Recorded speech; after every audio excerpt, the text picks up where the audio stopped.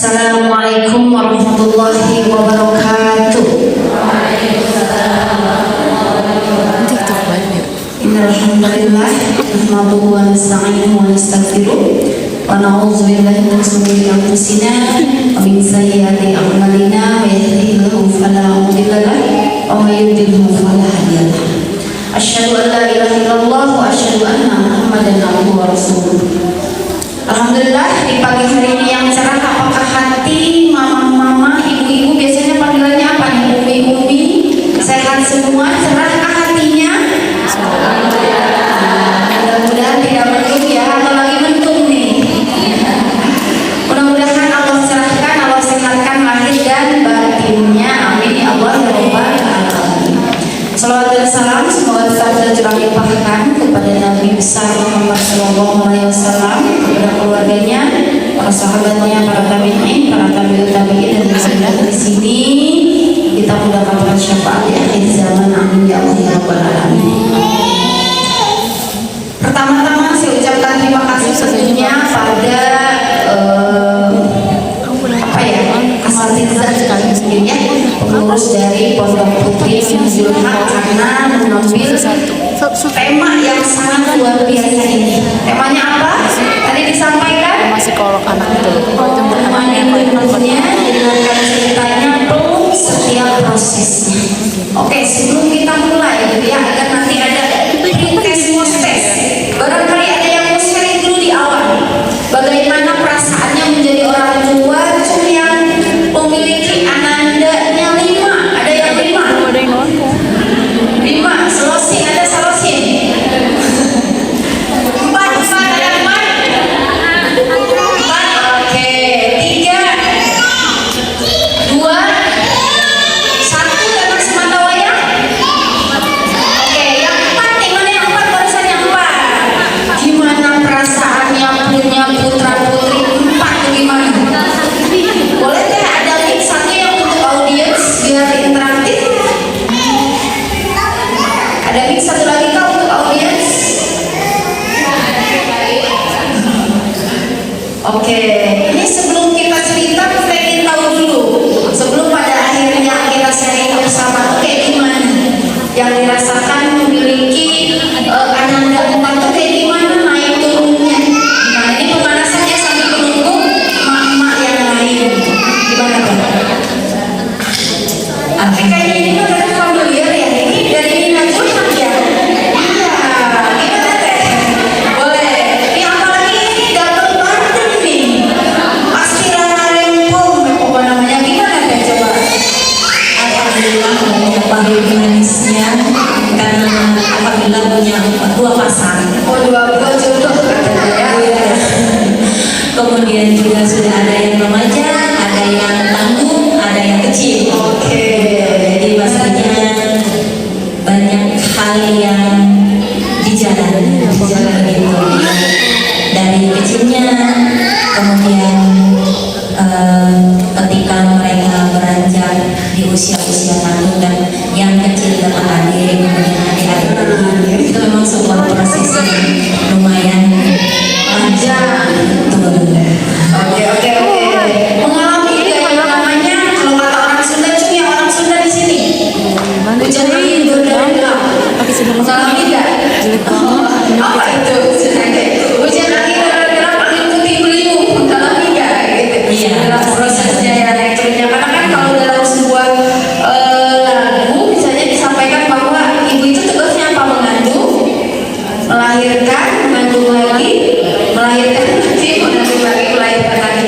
Tapi mudah-mudahan apa yang kita lakukan itu berkah ziyadatul khair, dan apa yang kita tanam itulah yang akan kita tuai. Itulah testimoni dari yang memiliki putra putri 2 jodoh gitu ya. Sekarang yang saya tanya, yang ananda itu satu semata wayang, ini apa ada perbedaan atau sama aja? Punya anak 1 rasanya punya 10 gitu. Ayo, siapa yang memiliki anaknya 1 aja? Cium 1.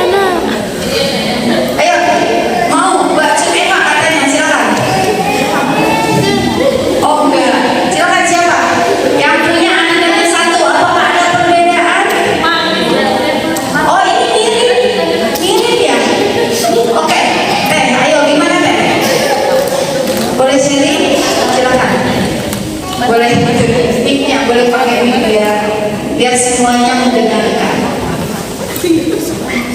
Oke, ini kan dari yang empat, gurunya ada transisi, yang satu udah dewasa, ada juga yang remaja, ada juga yang masih bocil. Nah sekarang yang satu aja, gimana tuh yang satu aja? Ajak nonton anime. Mana aku nggak ada tuh. Gimana ya? Sebagaimana kita orang tua baru nih yang berawal dari gadis kemudian istrinya tiba-tiba jadi ibu. Ada banyak hal yang kita pelajari sih sebenarnya. Gimana tuh yang kita pelajarinya? Mempelajari bagaimana menghadapi perempuan itu.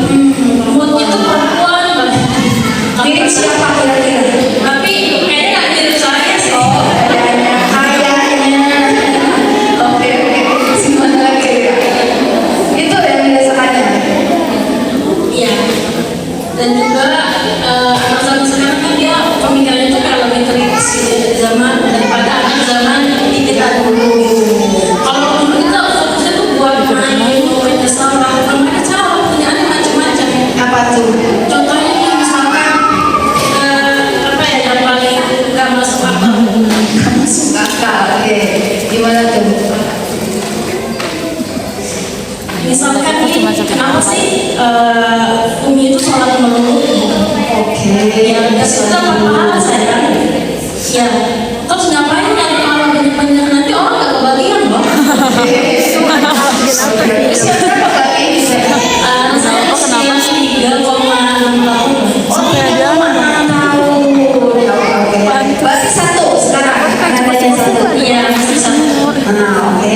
Nah itu dari yang memiliki putra putri empat juga saling ternyata sama-sama ada tantangannya.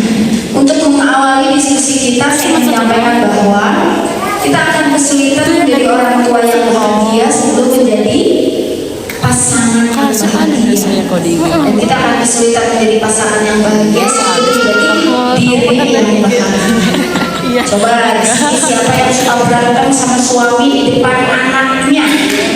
Ayo, ada yang suka berantem sama suami di depan anaknya? Ada nggak? Ada. Kita sulit menjadi orang tua yang bahagia sebelum kita selesai dengan pasangan kita. Kita belum betul-betul satu frekuensi. Pernah nggak mendengar buku yang judulnya Men Are From Mars and Women Are From Venus? Pernah nggak? Laki-laki lahir di mana? Mars, perempuan lahirnya di Venus. Venus. Dua-duanya tinggal di bumi pas saya berantem nggak? Berantem. Nah, harapannya berantemnya antara orang tua itu tidak dikonsumsi oleh ananda. Tapi itu akan sulit kita raih ketika kita belum selesai dengan pasangan kita. Kemudian kita akan kesulitan menjadi pasangan yang bahagia pada akhirnya sebelum menjadi diri yang bahagia. Mohon maaf nih, ini agak melenceng tapi ini realita. Cung yang belum selesai dengan mantannya. Ayo, mantan terkasih Cung. Aduh, jangan saya menikah dengan ahli yang ini, tidak dengan ini dan lain sebagainya. Apa itu? Kalau kita belum selesai dengan diri kita, pertama kelihatannya belum selesai dengan mantannya. Yang kedua belum selesai dengan apa? Belum selesai dengan pola asuh orang tua kita dahulu. Misalnya di bulan kemarin saya mengisi kajian yang judulnya itu suamimu bukan ayahmu, istrimu bukan ibumu. Maksudnya apa? Andaikan kita memiliki rezeki memiliki rezeki orang tua yang soleh, itu orang tua kita. Ya, itu orang tua kita yang akan memberikan apapun untuk anandanya. Meskipun anaknya sudah menikah, sudah incuan gitu dan sebagainya. Tapi andaikan kita memiliki orang tua yang kebetulan zolim, orang tua kita aja begitu, apalagi pasangan kita. Artinya peran sebagai anak dan seorang suami ataupun istri itu adalah berbeda. Dan jangan sampai masa lalu itu terbawa di pola asuh kita masa kini pada anak-anak kita dan di bagaimana kita melihat suami kita. Misalnya kita memiliki ayah yang mohon maaf KDRT, kita memiliki ayah yang mohon maaf suka selingkuh, gonta-ganti pasangan. Akhirnya kita apa? Paranoid, OVT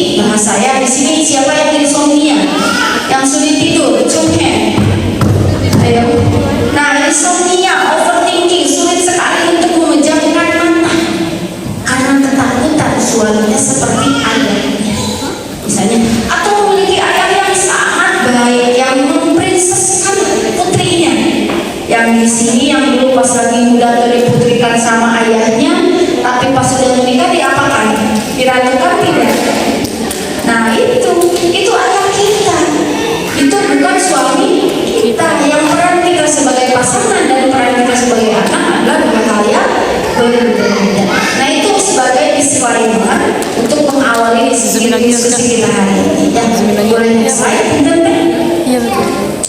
Oke, baru kita masuk ke tema dasar bahwa bagaimana caranya kita memeluk tumbuh kembang Ananda, entah itu Ananda dulu yang sekarang mungkin yang kesini sekolahnya sudah pada remaja ataupun SD. Di sini ada nggak SD? Ada SD kan di sini? Oh ada, berarti ada ya yang masa kecil ada, pokoknya random ya. Anak tidak hanya butuh diajari tetapi juga dipahami. Cuma di sini yang kalau anak mendengar itu untuk menjawab. Misalnya anak lagi ngomong tuh, mak tuh cepet-cepet ingin jawab. Nama akunya apa? Ayo. Biar Arya Am. Nah harapannya kita Mana? mendengarkan Arya Am. itu apa?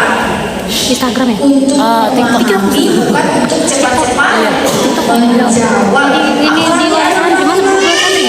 di sini yang anak laki-laki, di sini perempuan semua ya. Oke, poinnya adalah ketika misalnya kok anak saya begini, yang pertama harus dilihat apa? Nonton di sini gitu mas. Cermin. Penasaran? Yang harus pertama dilihat adalah cermin ini milik siapa? Jangan-jangan sen kanan belok kiri itu siapa?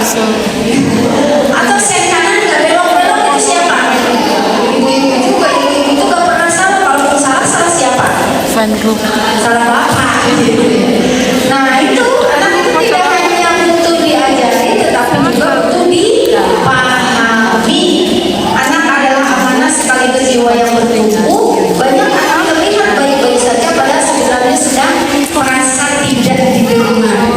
Andaikan anak kita yang masih kecil itu bisa berbicara, dia ingin bicara apa ditafsirkannya A, B dan seterusnya. Anak takut dimarahi.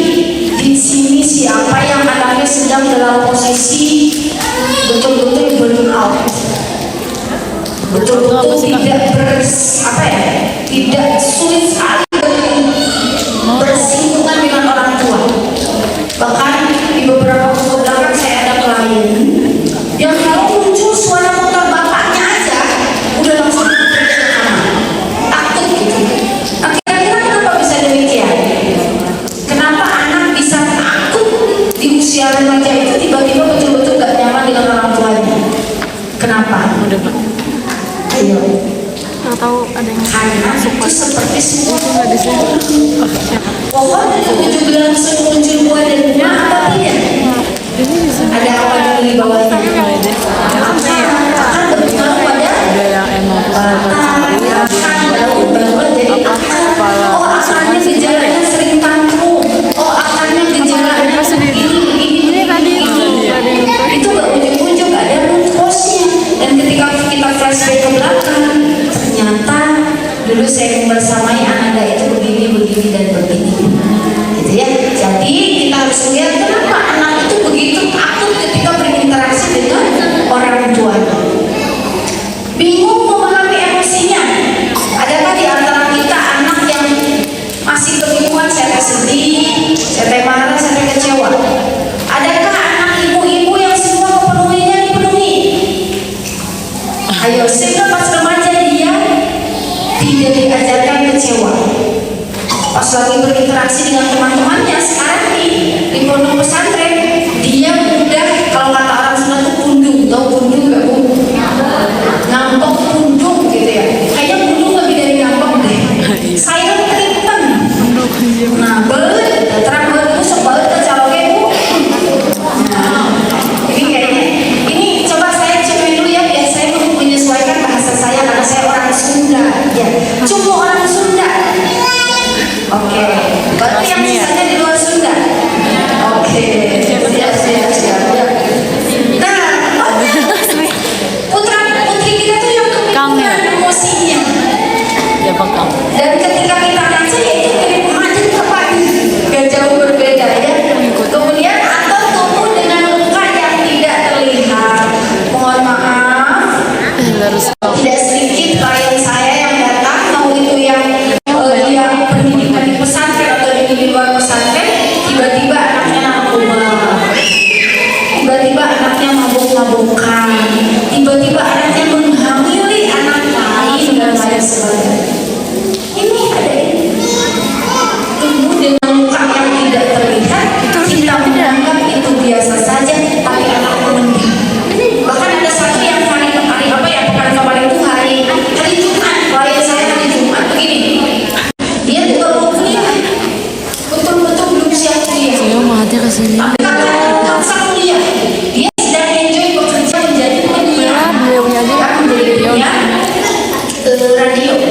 Ketika dia lagi enjoy, kakaknya tuh sambil marah, kamu harus kuliah, berapa sih gajinya biar kakak bayarin. Nah dengan ucapan sang kakak tersebut, akhirnya dia terpaksa kuliah hingga 7 tahun sampai di DO benar kuliah. Itu gak ada komunikasi orang tua, kakaknya itu menyangka fine-fine saja. Dan ternyata gak kuliah, gak masuk, tiba-tiba ini dan sebagainya. Ketika memuncak apa yang disampaikan saya marah. Kakak bilang mau dibayari tapi hingga detik ini gak dibayar. Padahal saya sebetulnya gak mau kuliah. Itu berapa tahun yang sudah? Minimal 7 tahun. Ada hal-hal yang lain yang terjadi sebelum 7 tahun. Nah tapi tiba-tiba yang terlihat oleh orang tua, anak gak tahu diri, anak gak bisa manage waktu, ini anak kok bebal-bebal amat, ini anak gitu.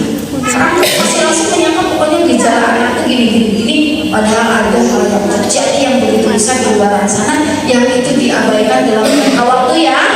Nah maka kita sudah mengetahui betul bahwa Rasulullah itu tidak mendidik anak dengan kekerasan.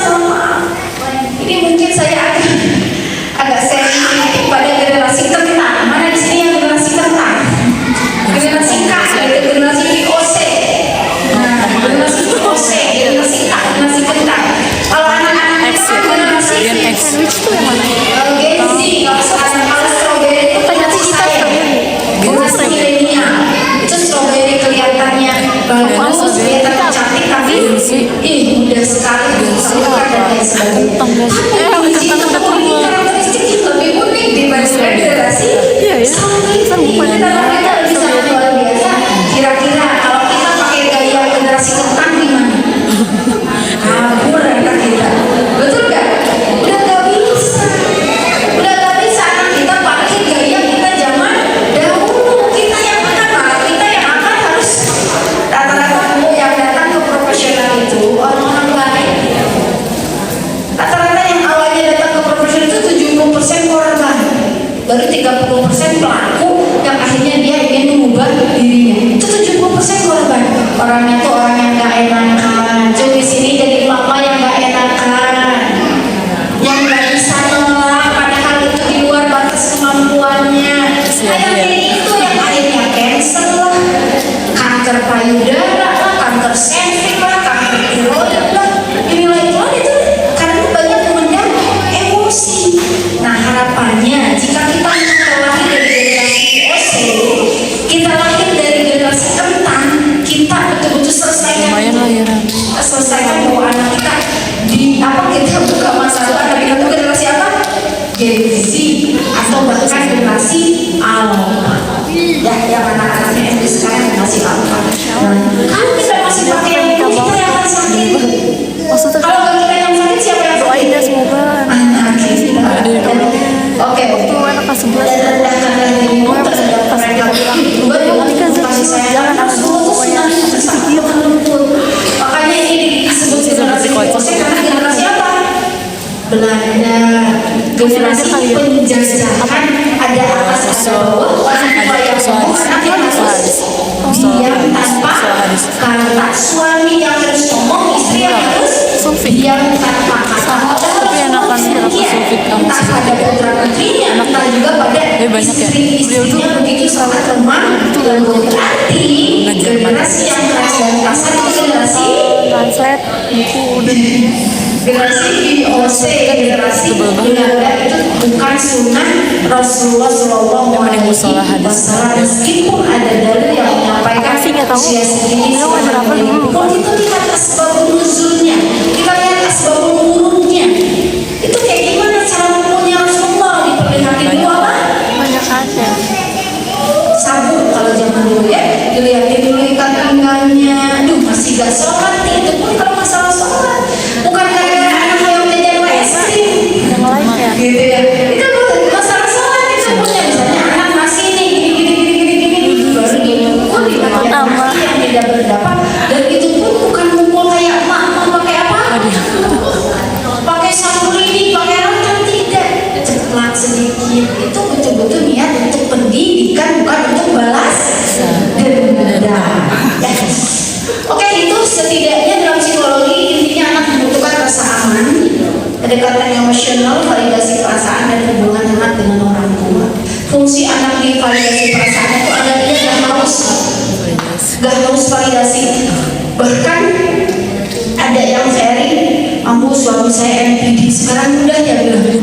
suami saya NPD, suami saya NPD, suami saya NPD gitu. Itu kenapa? Katanya grup NPD. Mohon maaf rata-rata.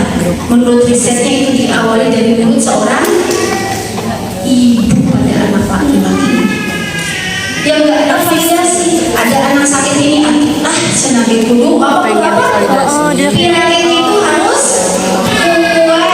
Anak laki-laki nggak boleh menangis. Kalau nggak boleh cengeng tuh, nggak boleh cengeng anak kita tuh. Cengeng itu lari dari masalah. Tapi kalau menangis boleh nggak?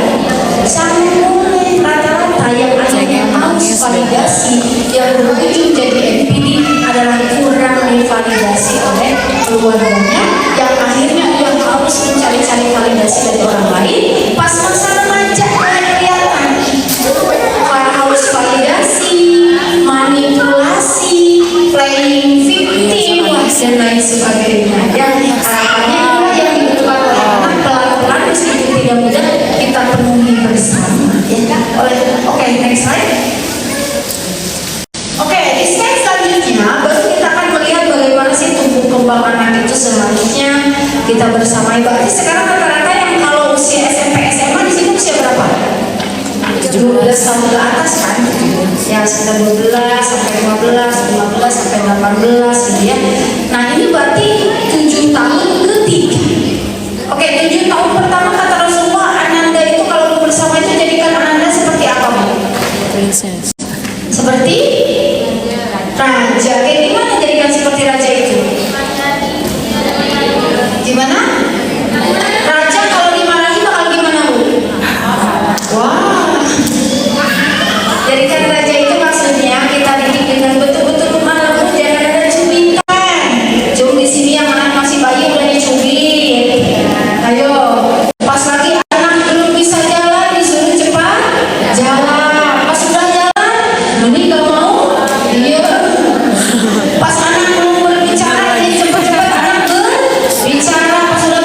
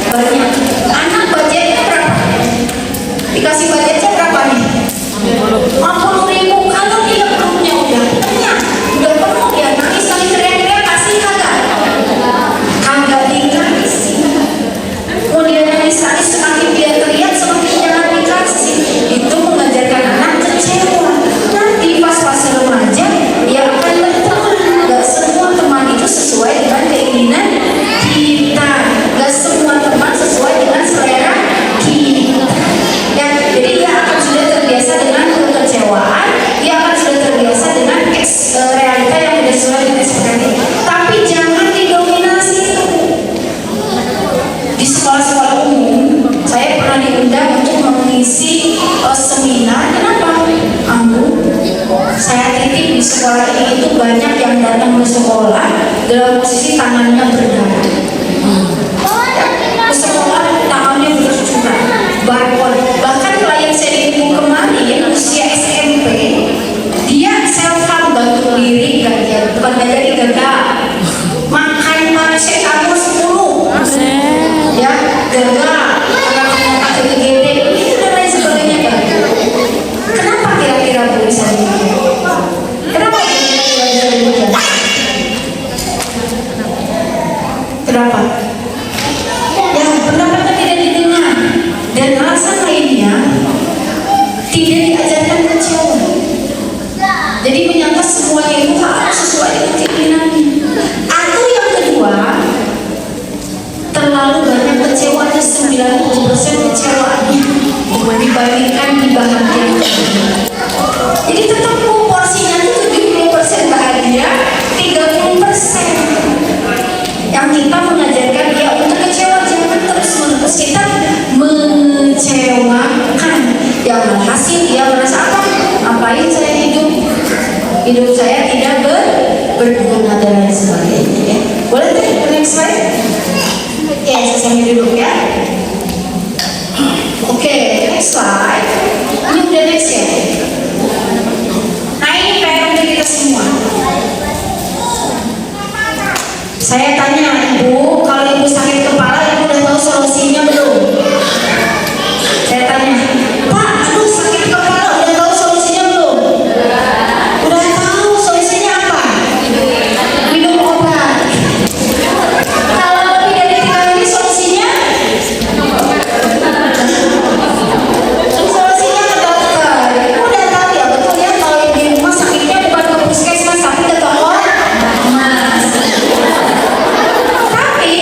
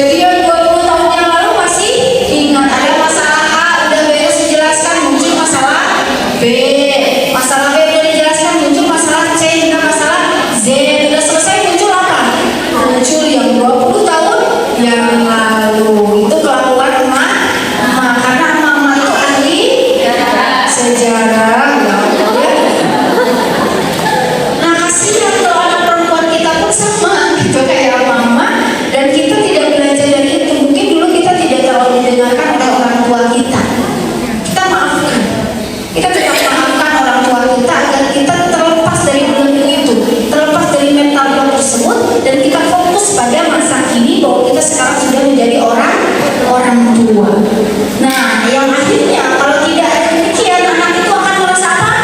Diremehkan, dibandingkan, dipotong pembicaraannya atau langsung dihakimi. Misalnya kita bisa bicara apa? Ah, gitu aja, nangis. Kemudian kamu lebay, mama lebih capek. Saya tanya ibu kalau nangis digituin sama suami gimana bu? Wah, katanya pundung sih kayak rumah. Nah, anak kita pun sama, anak perempuan kita pun sama yang ingin betul-betul divalidasi. Kalau ia selesai validasi oleh orang yang tersayang, tidak akan minta, tidak akan minta dari yang lain. Cukup dari orang terdekat yang cukup, gak akan haus, gak akan validasi. Bahkan kadang-kadang misalnya orang terdekat tidak memvalidasi pun, dia akan bisa memvalidasi dirinya sendiri tanpa mengandalkan orang lain. Ya, oke. Maka jika itu terjadi, Ananda akan lebih stabil emosinya, Ananda akan lebih terbuka dan lebih mudah percaya kepada orang tua. Saya selalu berdoa begini, ya Allah, jadikan hamba orang tua yang menjadi mediator terbaik untuk anak-anak. Bukan hanya anak saja, tapi andaikan dia sudah berumah tangga pun, jadilah rumah itu tempat pulang. Ya, jadikanlah rumah itu tempat pulang sehingga anak itu percaya. Anak itu gak perlu bikin status sendiri suaminya. Cuma bikin status sendiri suaminya, tidak dibaca sama suaminya. Karena udah tahu itu positif ya. Gak perlu. Hal yang masih ia bisa handle dia handle sendiri. Tapi ketika Ananda saya dan menantu saya sudah tidak bisa, orang tua yang dekat yang percaya bisa menjadi mediator yang tidak akan salah terang bulan salah anaknya meskipun salah selalu dibela, menantunya meskipun benar selalu disalahkan. Misalnya ini curhatan para menantu nih, di sini barangkali ada mertua-mertuanya. Curhatan para menantu tuh gini bu, misalnya dia dulu gak bekerja, kata mertuanya apa? Gak kerja, minta uang terus pada suami. Terus si menantu itu bekerja, anak gak keurus, gimana? Ngomongnya apa sih mertua ini? Kerja dulu, anak dan suami gak keurus. Nah itulah mertua jatuhnya. Sama jangan mertua, menantu pun banyak menantu yang toksik. Udah mertuanya tuh baik, gini-gini masih aja selalu kurang. Mamamu tuh, ibumu tuh, kenapa sih kamu tuh begini terus pada ibu? Padahal suaminya itu sudah sangat adil, pada suaminya itu sudah sangat proporsional, tapi istri selalu cemburu. Agar berkah justru, walaupun suami mau memberi uang itu harus sama menantu. Itu ya, Rasulullah mengajarkannya demikian ya. Kalau seorang istri mau, seorang suami mau memberi uang pada ibunya, diberikannya pada siapa? Istrinya. Seorang suami mau ngasih pada mertuanya, diberikannya oleh dirinya, gitu ya. Poinnya adalah untuk meningkatkan apa kata Rasulullah? Meningkatkan kebersamaan, kehangatan, tidak ada saling cemburu yang berlebihan, kecuali jika memang banyak suami-suami yang belum siap menjadi suami. Apa? Porsi nafkahnya itu lebih banyak ke orang tuanya dibandingkan pada anak istrinya. Itu belum siap menjadi suami. Ya. Oke, boleh next slide ya, Bunda? Nah, di slide selanjutnya, setiap prosesnya termasuk saat anak sedang sedih. Saya tanya, di sini siapa yang masih rutin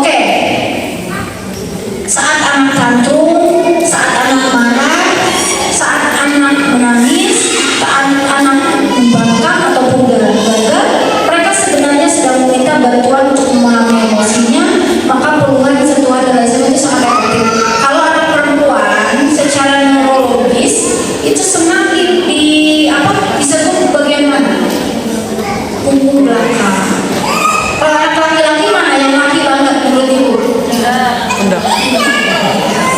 Tepuk pundak itu artinya kalau perempuan punggung belakang sering sekali diusap, apalagi kita menyadari bahwa orang kita itu memiliki luka batin.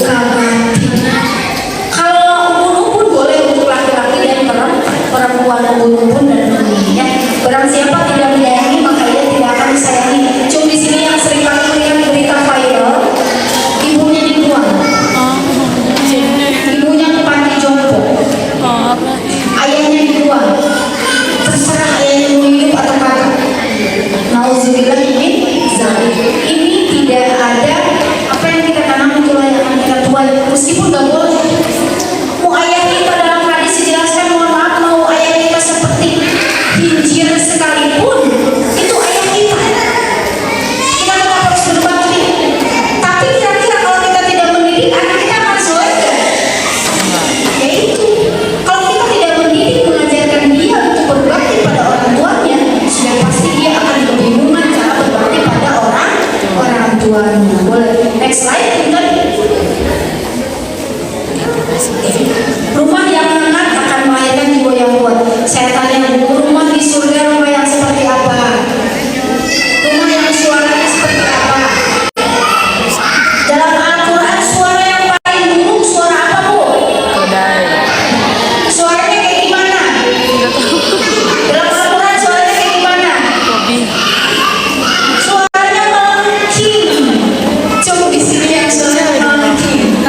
Dan mulai mau tidur hingga tidur kembali, anak suaranya melengking siapa?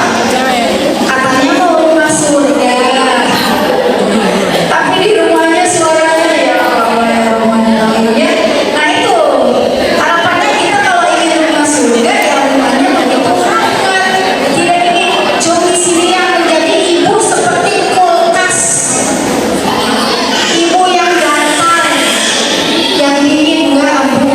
Saya mah enggak, tapi suami saya ya suamimu udah ditakdirkan seperti jidat. Kalau jidatmu penggaris datar amat ya. Nah harapannya tuh rumah kita tuh rumah dengan penuh kehangatan, sehingga anak bisa lebih percaya diri, lebih tenang, dan lebih mudah bertumbuh dengan mental yang sehat. Wa min ayatihi an khalaqakum min anfusikum azwajan. Jadi di antara tanda-tanda kuat kekuasaan Allah itu apa? Menjadikan kita pasangan. Ibu pernah gak dialog dengan yang LGBT?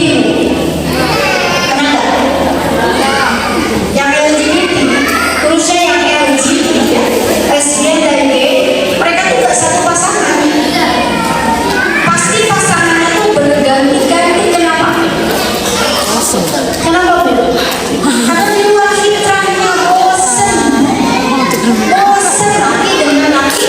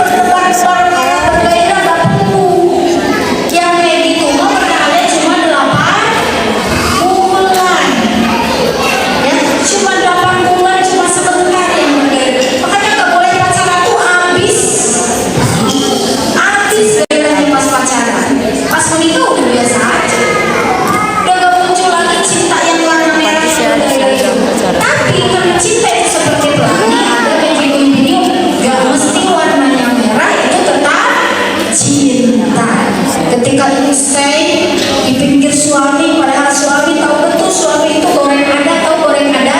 Goreng. Akhlaknya harus rumah. Akhlaknya begitulah. Tapi istri itu cinta kan? Enggak, aku nggak paksa. Terpaksa.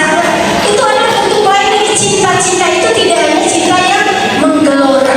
Ya sekali lagi cinta itu seperti pelangi, ya. Nah itu akan muncul terus-menerus jika itu dirawat lembaga itu. Dan tentu harapannya tulus rahmah alias kasih sayang dari Allah. Saya tanya, rata-rata yang secara lahiriah sukses itu rumahnya berhasil nggak? Rumahnya hangat sehat ya yang secara lahiriah sukses.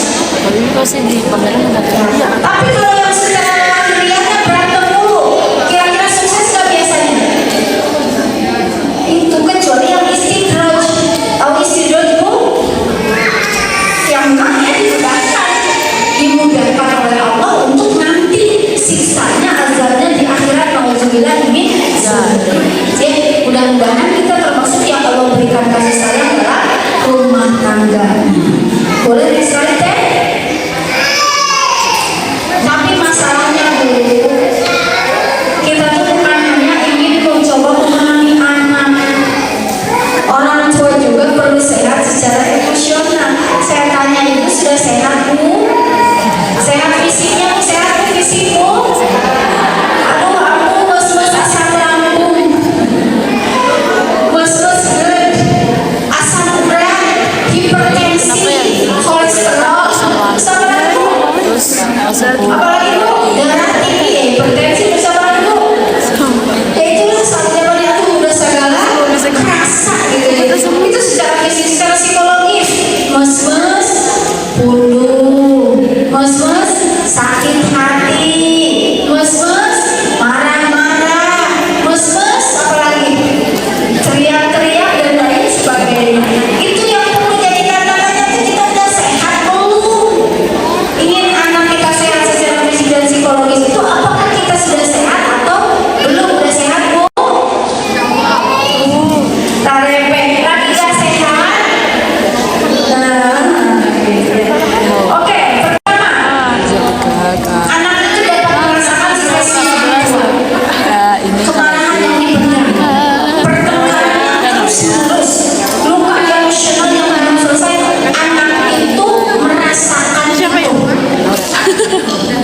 Beberapa waktu yang lalu, saya ada klien usia SMP kelas 1. oh iya ada. Berarti berapa tahun? 11 tahun.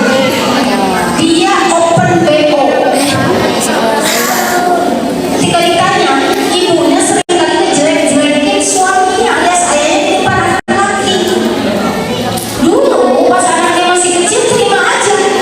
Oh, ya udah ayah saya begitu. Terima aja.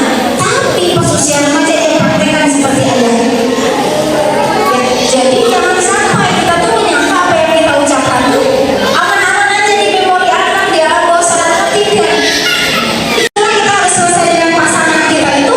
Kalau kita berantem di kamar berakhir keramas. Jadi kalau kita berantem itu jangan di depan anak. Kalau udah tanggung berantem di depan anak ngapain itu? Kita perlihatkan cara berdamainya. Ya, jadi jangan diperlihatkan berantemnya saja, perlihatkan pula cara berdamainya itu kayak gimana. Minimal dengan ucapan secara verbal bahwa kami sudah saling memaafkan. Bagusnya dengan saling berpegangan tangan dan saling berpelukan. Itu harus diperlihatkan pula kepada anak kita. Ya, kalau itu bisa kita lakukan, maka tentu orang tua itu akan belajar mengelola emosi, meminta maaf, memperbaiki komunikasi dan lain sebagainya. Cuma di sini yang suka gengsi meminta maaf. Saya, ibu sekarang persepsi kita masalah minta maaf pada suami, siapa yang mau duluan masuk surga? Tapi dari rumah kalau ditanya ambu, saya daripada meminta maaf lebih baik nguras air laut. Saking gak dulunya minta maaf ya Allah. Padahal sudah jelas ya dalam redaksi dalam Al-Quran itu lebih banyak diungkapkan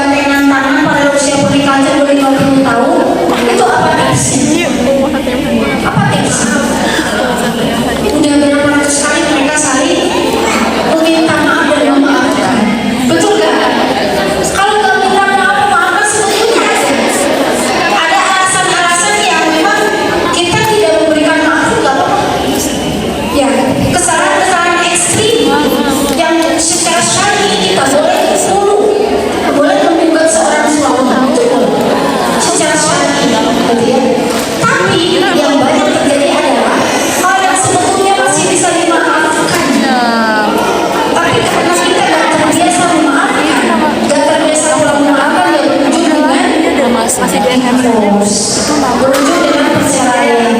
Di pekan kemarin ada klien yang sudah menikah 3 kali, dan ternyata ada aja suaminya milih ujiannya, suami yang kedua ujiannya, sekarang suami yang ketiga ujiannya. Artinya ibu ganti 10 lagi pun gitu-gitu aja. Sama terus suami pun ganti istri tetap aja dapat ya Ada pensi. sewa ya. Maksudnya kenapa? Maksudnya kenapa nggak di sini? Sampai di sini dulu sepertinya.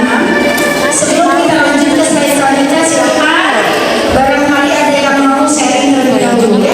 Iya. Kayaknya yang selanjutnya slide 8 lagi ada yang mau. Tapi itu masih Slide yang pertama apa? Bukan. Kata-kata orang tua menjadi suara di dalam diri anak. Hati-hati dengan ucapan yang terus diulang. Ibu sering mengulang-ulang sesuatu hal yang sama gak setiap hari? Pada suami, pada anak, gitu. Sering mengulang-ulang gak? Itu gelombang anak tuh alfa hingga theta loh. Kalau anak gelombang otak itu, dia mudah menyerap. Diulang-ulang hal yang tidak, akhirnya dia persepsi apa? Makanya katanya Ibunya siapa mau ini? bawel, ibunya sewek, ibunya Juga ada yang bilang ibunya selalu meminta usaha. Ketika itu diulang-ulang. Oke, boleh next slide. oh iya tahu. Tapi itu mau doang, nggak bener. Next slide. Tapi kalau yang di luar kan depan. Buku ke-10 saya judulnya Menjadi Orang Tua yang Mencintai dan Mencintai Anak. Kenapa saya mengambil tema ini? Orang tua udah pasti mencintai anaknya, betul gak? Dalam Al-Quran dijelaskan gak cara ibu berinteraksi dengan anak? Tidak secara eksplisit. Kenapa? Karena udah pasti ibu mencintai anak. Kalau ayah dijelaskan berpuluh-puluh kali redaksi ayah harus dekat dengan anaknya. Karena ayah harus pakai apa, Bu? Mana Harus pakai dalil. bukan makna. Tetap pakai dalil pun gak dipraktekin gitu ya. Kenapa saya mengambil tema itu? Anak itu otomatis menyayangi kita. Banyak orang tua yang sampai menangis. Ambu, rasanya saya sudah maksimal membimbing anak saya.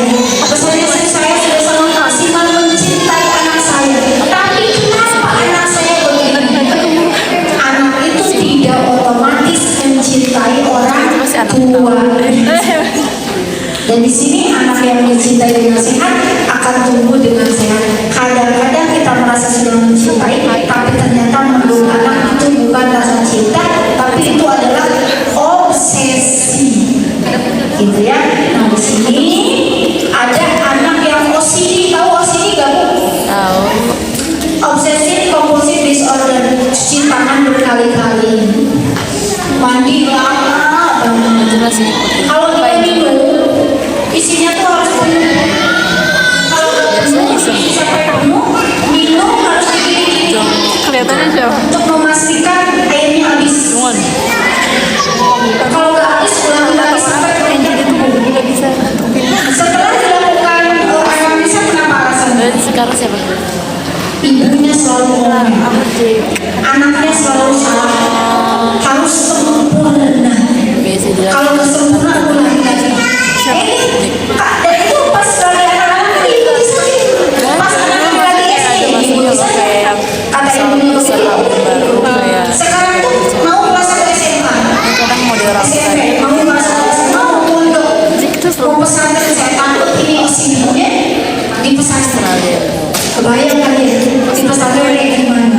Dan setelah ditelusuri memang ketika salah satu ya di antara banyak kecemasan yang kayak alami, salah satunya adalah karena selalu menuntut anak sempurna, kalau salah ulangi. Sehingga sekarang tuh kalau salah ulangi sampai betul-betul dia yakin.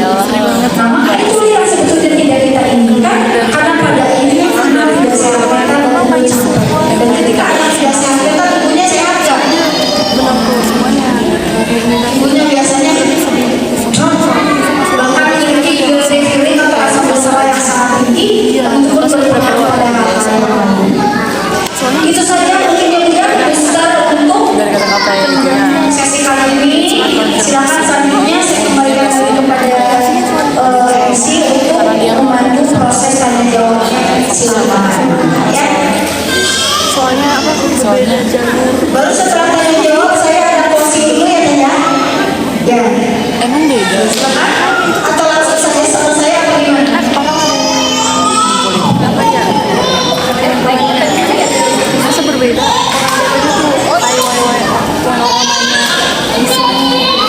pokoknya lagu-lagu yang bikin antusiasme juga nggak emang gitu loh modelnya lagunya gitu. Kenapa soalnya ada orang Indo yang dia mau bikin mau buat juga banyak kan yang terakhir naik Terima kasih kepada UEFA atas menjadi yang semoga apa yang kita doakan hari ini dapat menambah dewasa serta menjadi bekal dalam menjadi anak dengan lebih memahami kebutuhan, perasaan, dan proses perkembangan mereka. Selanjutnya kita akan menyaksikan untuk ibu-ibu yang ingin bertanya atau yang ingin berbagi pengalaman, silakan dibolehkan untuk angkat tangan ya.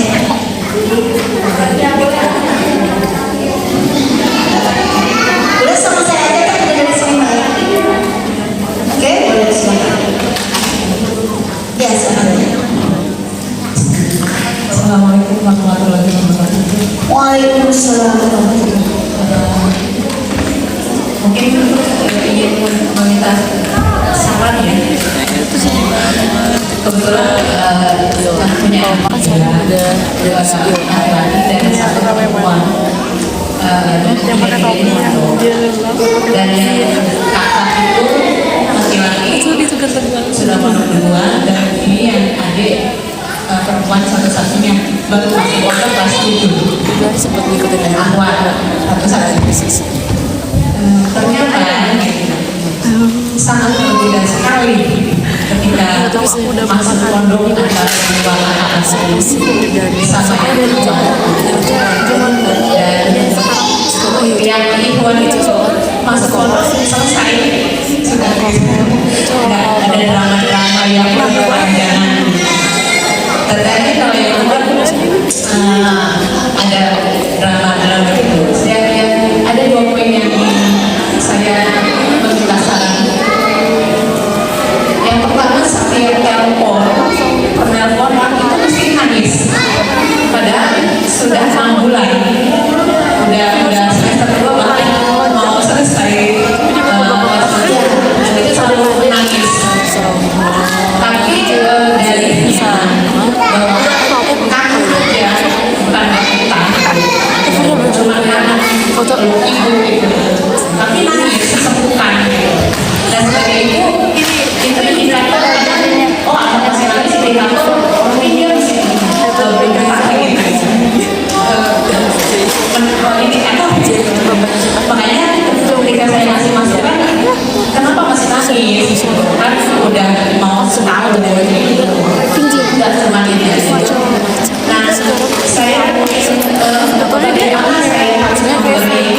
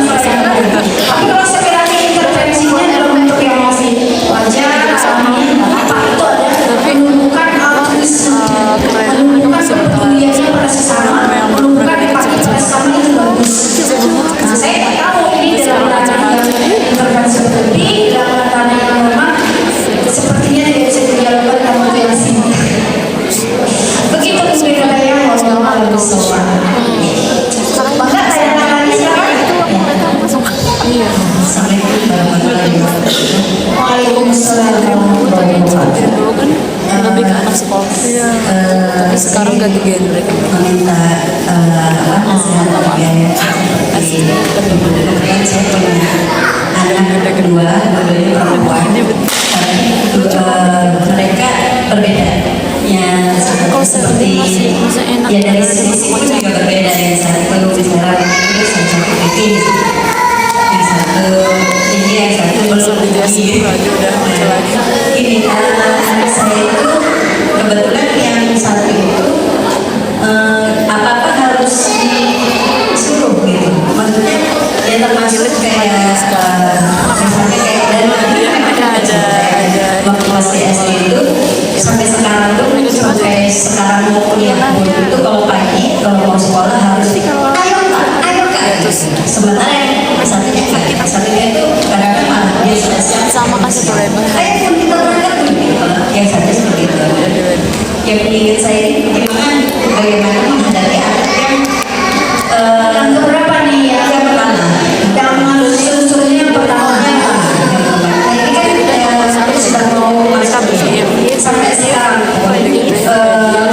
maunya di kampus itu juga mendanya ya kan ada satpam seperti itu apa ya biar dia nggak harus dia seperti itu gitu kayaknya dari kecil sampai sekarang selalu seperti itu. Rentang bedanya beda berapa tahun? 4 tahun dari sini.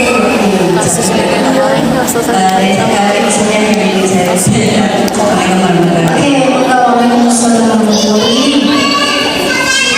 Ibu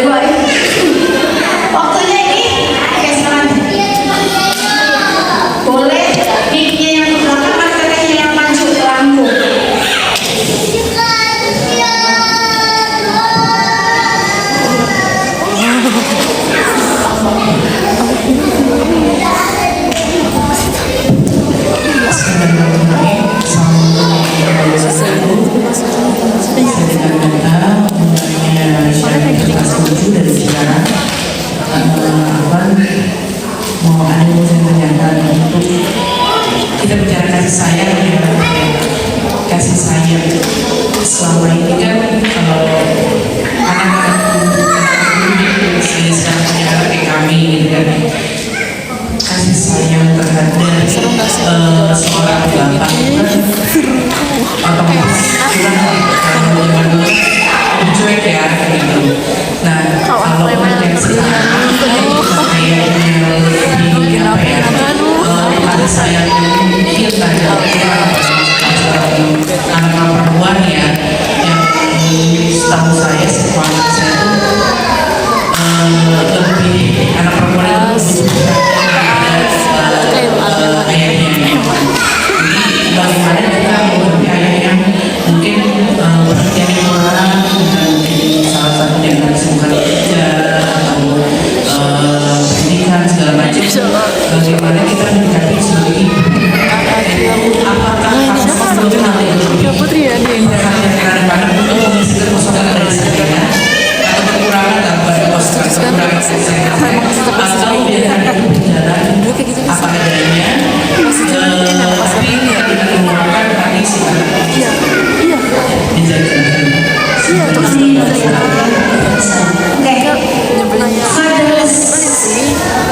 Indonesia ini ranking ketiga pada orang sosok ayah. Jangankan ayahnya jauh, LDR atau ayahnya aja di pinggir, itu gadget. Misalnya kita titipkan pada suami ini, padahal ngapain titipkan, itu anaknya juga. Kalau kita titipin pada tetangga, udah itu nitip. Kalau ke suami ya udah gimana anaknya. Tapi di Indonesia budaya timur gitu ya, memang poinnya adalah ketika samaan ayahnya pun itu disebut nitip, padahal itu ya bukan nitip ya, memang ayahnya bertanggung jawab. Di aku ada tiga intinya pada seorang sosok ayah, dan ada tingkatannya. Ada yang memang betul-betul bos, ada yang memang ada yang cepat sekali, sebulan sekali, ada yang everyday tapi tetap fathers, itu banyak. Nah, sekarang bagaimana tergantung tingkatannya, tingkat fathers itu seperti apa, maka cara menyelesaikannya pun berbeda. Gitu ya. Poinnya adalah hal yang pertama, jika masih ada celah, selesaikan dulu dengan pasangannya. Couple terapi lah dengan pasangan kita. Ada satu visi misi bahwa seorang ayah itu bukan hanya memberikan lahir pada anakku, tapi batin yang justru ayah itu akan betul-betul klien saya, entah laki-laki ataupun remaja perempuan SD SMP itu, dia tuh meskipun matanya kemana dia dengar nasihat ayahnya. Karena kata ayah saya begini.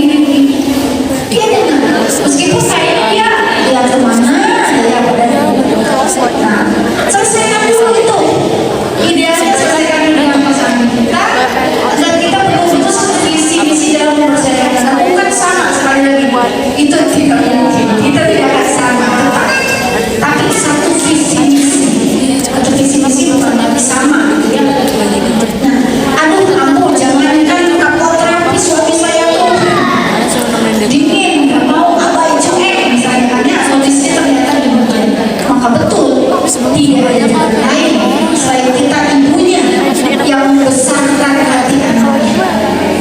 Selain kita ibunya yang membesarkan hati anaknya, bahwa anak sendiri ada titik-titik yang bisa kita penuhi, yang sudah sesuai dengan ayah. Tapi itu pun ada syaratnya kan. Kita hanya sehat mental. Kita hanya selesai itu kenapa? Karena jangan kita harus bawa peran sama ayah, bawa peran ibu pun itu kesulitan. Betul kan? Kita berperan hanya sebagai ibu pada anaknya kesulitan. Ini kita harus nge-provide, kita harus nge-cover yang harusnya ini peran ayah. Kita yang harus sehat mental, kita yang harus selesai, maka insya Allah. Banyak yang misalnya dalam kondisi single parent, naik turunnya dan lain sebagainya, nangisnya, teriaknya, senangnya, bahagianya, bangganya, percaya diri dan lain sebagainya, bisa melaluinya. Dan semua orang tuh punya cerita hidupnya masing-masing. Jadi jawabannya silahkan ditafsirkan saja, tergantung situasi kondisinya yang tentu berbeda-beda. Begitu mungkin katanya Allah.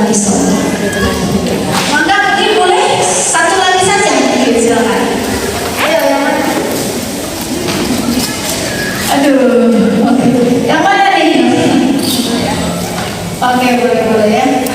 Mohon maaf ya, karena keterbatasan waktu, saya harus langsung meluncur ke Bekasi. Assalamualaikum warahmatullahi wabarakatuh. Waalaikumsalam warahmatullahi wabarakatuh. Saya orang tua dari anak kelas 11. Mau bertanya, kita sebagai orang tua kadang-kadang ada pemasukan yang sudah pasti tidak sesuai dengan pemasukan yang baik, dan mereka sebagai anak lantas sudah melihat tentang pengusahaan kita. Bagaimana cara memutuskan mereka tersebut supaya anak kita nanti ketika mereka punya anak tidak menggunakan pola asuh yang kita terapkan ke mereka? Apakah salah satunya dengan kuliah jurusan psikologi misalnya? Kalau misalnya iya, seberapa penting atau penghasilan itu pengaruhnya apabila kita sudah menguasai ilmu psikologi? Ya. Kuliah di psikologi itu yang banyaknya rawat jalan. Banyak rawat jalan. Oke, poinnya begini. Bisa naik. Tergantung Dia harus dampak. dibantuin. Udah tahu ini yang aku sering kali lihat perdebatan orang tuanya. Udah tahu. Kemudian cara mengatasinya seperti apa? Tergantung gejala yang dia rasakan. Kalau gejala yang dia rasakan dia bisa handle sendiri dan dibantu oleh orang tuanya kayak tadi. Gitu ya, kalau ada laki-laki pundaknya, kalau ada perempuan belakangnya, ujungnya dipeluk, kecium, ditok dan lain sebagainya, itu selesai. Selesai antara keluarga dengan anaknya, sudah. Ya sudah. Tidak perlu ada intervensi lain. Tapi ternyata itu sulit. Maka itu butuh bantuan profesional untuk memediasi, melihat ini tuh celahnya itu kayak gimana, tingkat kedalaman lukanya itu kayak gimana, tingkat kedalaman traumanya itu seperti apa. Gitu ya. Terkait dengan jangka panjangnya, apakah dia harus kuliah psikologi atau seperti apapun, bukan hanya kuliah psikologi, kuliah apapun harus selesai dengan diri. Kuliah psikologi kalau nggak selesai dengan diri makin gila, makin stres. Kalau hanya karena berubah jalan nggak bisa. Kuliah psikologi itu di Indonesia itu tingkatan ada riset itu salah satu kuliah yang paling sulit itu kesehatan, kedokteran dan psikologi masuk 5 besar. Yang 30 gitu ya. Poinnya adalah semua jurusan itu kalau udah selesai dengan diri itu banyak tantangannya, dan semua jurusan kalau kita selesai dengan diri sendiri mau yang sulit apapun itu mudah. Jadi bukan hanya karena kuliah di psikologi akhirnya jadi sehat, Harus positif. gak selalu bisa dalam kondisi demikian, tapi setidaknya andaikan anandanya pun suka, andaikan ada anandanya pun ada minat dan bakat, silakan, karena itu akan semakin memudahkan dia untuk konseling, untuk sharing dengan circle di bidang hal tersebut. Tapi kalau dia pun menginginkan, bukan karena kata orang tuanya kamu kayaknya cocok di psikologi karena kamu sedang ada masalah kesehatan mental, tidak demikian. Itu sependek sepengalaman dan sepengetahuan saya. Jadi poin pertama, jika gejala yang dirasakan masih bisa dihindari sendiri, alhamdulillah, ya udah, tidak perlu ada improve lain, tidak perlu ada intervensi lain. Tapi kayaknya ini harus butuh bantuan mediator, silahkan lakukan ke profesional. Oh kayaknya nggak cukup, itu pun harus kuliah di bidang itu, silahkan jika anaknya siap. Kalau tidak siap, cari minat bakat yang membuat dia lebih hidup, lebih tumbuh berkembang tanpa harus masuk psikolog. Begitu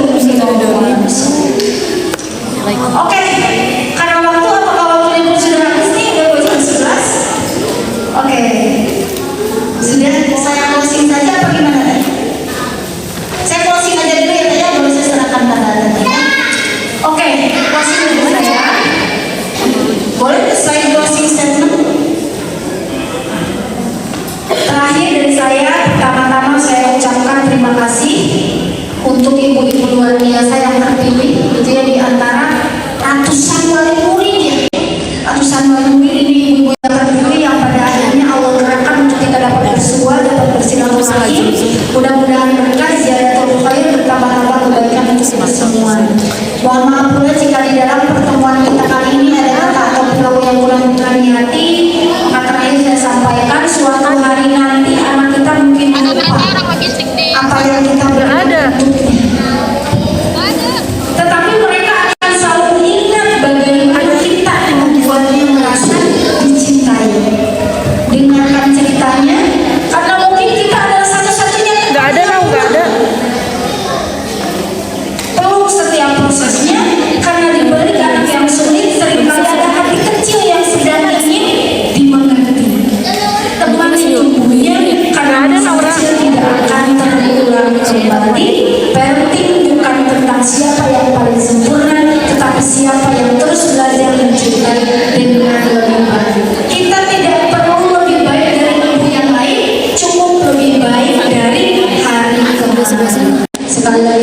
mengucapkan terima kasih. Atur nuhun, sinaren hapunten. Wassalamualaikum warahmatullahi wabarakatuh. Udah. Udah ya, udah. Udah matiin. Bismillah.